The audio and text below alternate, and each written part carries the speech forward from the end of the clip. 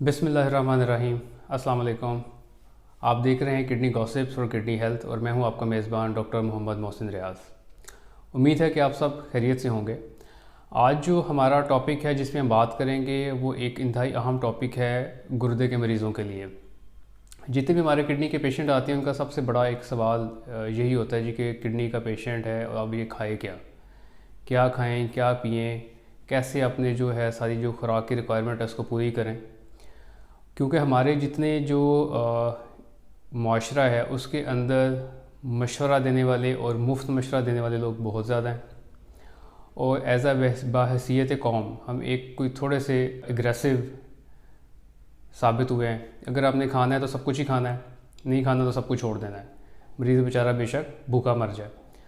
तो मैं इसके बारे में मज़ीद डिस्कस करते हैं, लेकिन अगर अभी तक आपने हमारा चैनल सब्सक्राइब नहीं किया तो बेल आइकॉन पर ज़रूर क्लिक कर दें और चैनल को सब्सक्राइब करें ताकि हर आने वाली वीडियो आपको वक्त पर मिलती रहे और आप बेहतर तरीके से अपना और अपने इर्द गिर्द के लोगों का सेहत का ख्याल रख सकें। तो जो किडनी के पेशेंट हैं उसके अब पहली बात ये समझिए कि किडनी की जो डिज़ीज़ है इसके कुछ स्टेजेस होती हैं। स्टेज 1 है, स्टेज 2 है, स्टेज 3 है, स्टेज 4 है और स्टेज 5 है। अब यूजुअली जो किडनी के जो मरीज़ होते हैं जो इनिशियल स्टेजेस में होते हैं उसमें कि बहुत ज़्यादा उसके अंदर डाइट में रिस्ट्रिक्शन की ज़रूरत नहीं होती एक्सेप्ट प्रोटीन की। कि जो शुरू के मरीज़ होते हैं उसके अंदर हम प्रोटीन लोड या प्रोटीन बर्डन उनका कम करते हैं ताकि उनका जो फिल्ट्रेशन बर्डन है वो कम हो और वो उनके किडनी ज़्यादा देर तक काम कर सकें। लेकिन जो प्रॉपर डाइट की रिस्ट्रिक्शन स्टार्ट होती है वो उस टाइम पे स्टार्ट होती है जब किडनी का GFR या एस्टिमेटेड GFR जिसको हम कहते हैं वो 30 से नीचे आ जाए।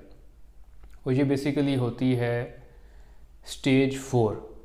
तो जो स्टेज 4 के पेशेंट हैं वो उस कैटेगरी में आते हैं कि जिसके अंदर हड्डियों की बीमारियाँ आना शुरू हो जाती हैं, खून की कमी आना शुरू हो जाती है, जिसमें यूरिक एसिड बढ़ना शुरू हो जाता है, जिसमें तेज़ाबियत बढ़ना शुरू हो जाती है। तो इस स्टेज के ऊपर आकर जो मरीज़ हैं उनको हमें कोई प्रॉपर एक डाइट प्लान देना पड़ता है ताकि अपनी डाइट के साथ भी वो अपनी न्यूट्रिशन को पूरा करें और उनकी डाइट में कोई ऐसी चीज़ शामिल ना हो जो उनके गुर्दे को मज़ीद ख़राब कर दे। तो ये बेसिक आपको मैंने थोड़ा सा एक आइडिया दे दिया। अब जो एस्टिमेटेड GFR है उसको हम यूजुअली हम लेमैन टर्म में या आमतौर पर समझाने के लिए हम कह देते हैं कि गुर्दे 30% काम कर रहे हैं, गुर्दे 15% काम कर रहे हैं। अगर गुर्दे 15% के ऊपर आ गए हैं, एस्टिमेटेड GFR 15 के ऊपर आ गया तो इसका मतलब कि स्टेज 5 स्टार्ट हो गई है। और अगर 30% कह रहे हैं तो इसका मतलब है कि जो स्टेज 4 है, लेकिन नॉर्मल होता है 120। तो ये बेसिकली ना एस्टिमेटेड GFR होता है कि किडनी कितनी तेज़ आपका किस तरह से आपका खून को फ़िल्टर कर रहा है, कितने ml खून फ़िल्टर हो रहा है। तो ये एस्टिमेटेड GFR वो होता है। तो ये इसको हम एक आम समझाने के लिए हम इसको परसेंटेज टाइप डिस्कस कर देते हैं या बता देते हैं। अच्छा, अब इसमें जो बहुत अहम चीज़ है जो मैं यहाँ पे क्लियर कर दूँ वो ये है कि जो किडनी के मरीज़ हैं वो खुदा ना खास्ता को ऐसा नहीं होता कि अब उन्होंने सिर्फ उबली हुई सब्ज़ियाँ खानी है या दालें उबाल के खानी है और वो उसको आपने ऑयल भी बंद कर देना है और उसके अंदर आपने मसाले भी बंद कर देने। ऐसा नहीं है प्लीज़। उसके अंदर एक मुतवाज़न ग़िज़ा चाहिए। मुतवाज़न ग़िज़ा वैसे ही जैसे एक हेल्दी इंसान को चाहिए। अब एक ऐसा पर्सन या ऐसा कोई इंसान जिसको गुर्दे का मसला नहीं है तो उसका ये मतलब नहीं है कि वो दुनिया जान के सब अला बला खाता रहे, उसको भी एक मुतवाज़न ग़िज़ा चाहिए। उसके लिए भी ज़रूरी है कि वो इत्तेदाल में रह कर खाए। लेकिन जो किडनी के मरीज़ हैं उसके अंदर ये जो इत्तेदाल का लेवल है या जो इंटेक का लेवल है थोड़ा सा मज़ीद कम हो जाता है। सो आइडिया ये कि जो किडनी का पेशेंट है वो सब कुछ खा सकता है। बहुत तकरीबन समझिए कि 70 to 80% चीज़ें वो खा सकता है। चावल भी खा सकता है, रोटी भी खा सकता है, सालन भी घर का पका हुआ खा सकता है, ऑयल के अंदर बना के खा सकता है, फिर देसी घी का इस्तेमाल भी एक लिमिट तक रह के कर सकता है, चिकन भी खा सकता है, मछली भी खा सकता है, दालें भी एक लिमिट में रह के खा सकता है। मतलब अगर आप उसको इस चीज़ पर डाल दें कि बस उसने उबली सब्ज़ियाँ खानी है और उसके अंदर उबले हुए चावल उसने खाने हैं और उसमें आपने ऑयल भी नहीं डालना तो वो बेचारा भूखा मर जाएगा। और ये ऐसा हमारे पेशेंट के साथ होता है।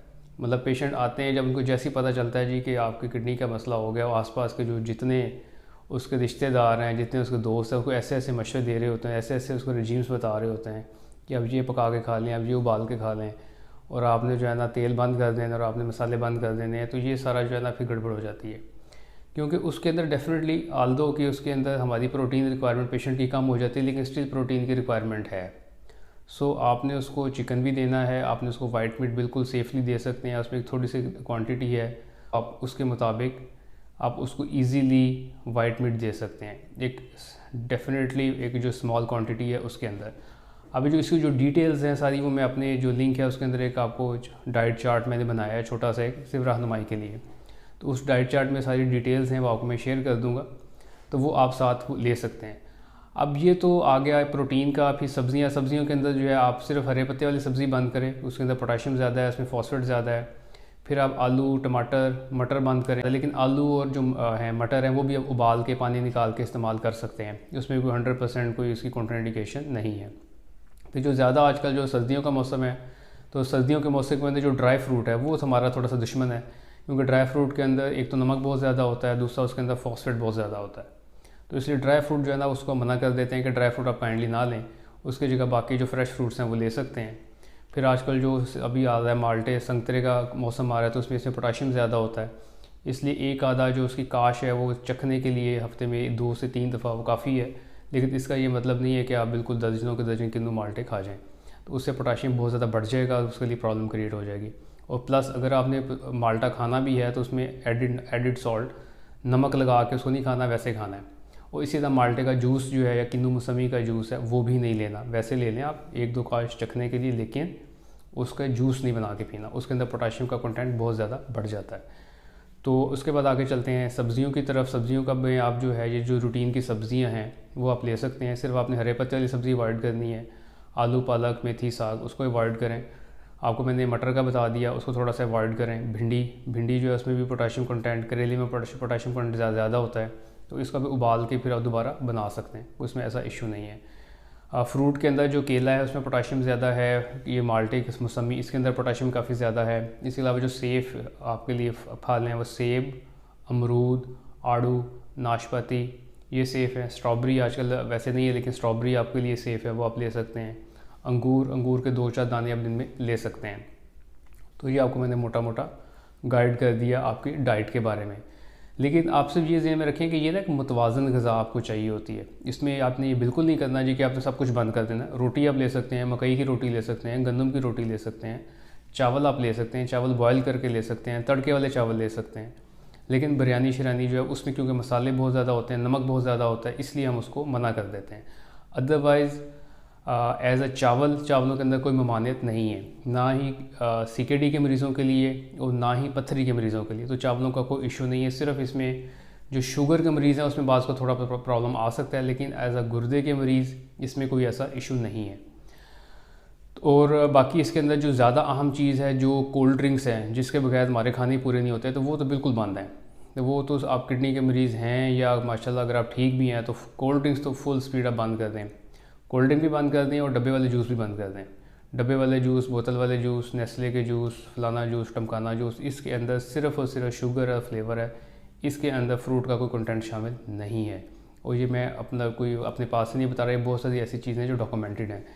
फिर जो हमारे आते हैं ये जो कोल्ड ड्रिंक्स हैं, जो कोका कोला है, पेप्सी है, ये सारे जो कार्बोनेटेड ड्रिंक्स हैं, इसके अंदर एज अ प्रिजर्वेटिव फॉस्फेट का कंटेंट भी बहुत ज़्यादा है। इसलिए जो मरीज़ CKD के हैं, जिनका किडनी का फंक्शन 30% से कम है, उनके अंदर फॉस्फेट का लेवल बहुत ज़्यादा बढ़ जाता है। और फिर जो है ना ये सारा एक तो वो बढ़ेगा, फिर ये मैदे को डिस्टर्ब करेगा और साथ जिसमें तेज़ाबियत भी करेगा।